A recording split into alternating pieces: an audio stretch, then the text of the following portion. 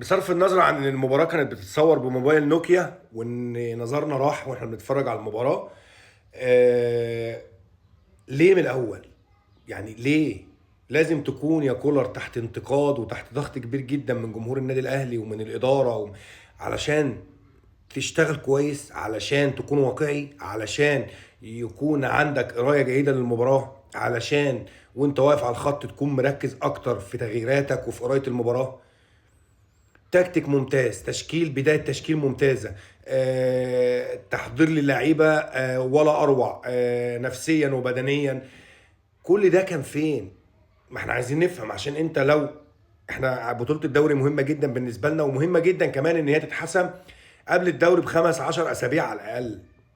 يعني عشان لو انت بس بطوله الدوري مش مهمه بالنسبه لك، فانا بقول لك لا، يعني جمهور الاهلي كل البطولات، اي بطوله بيلعب فيها هي مهمه بالنسبه له.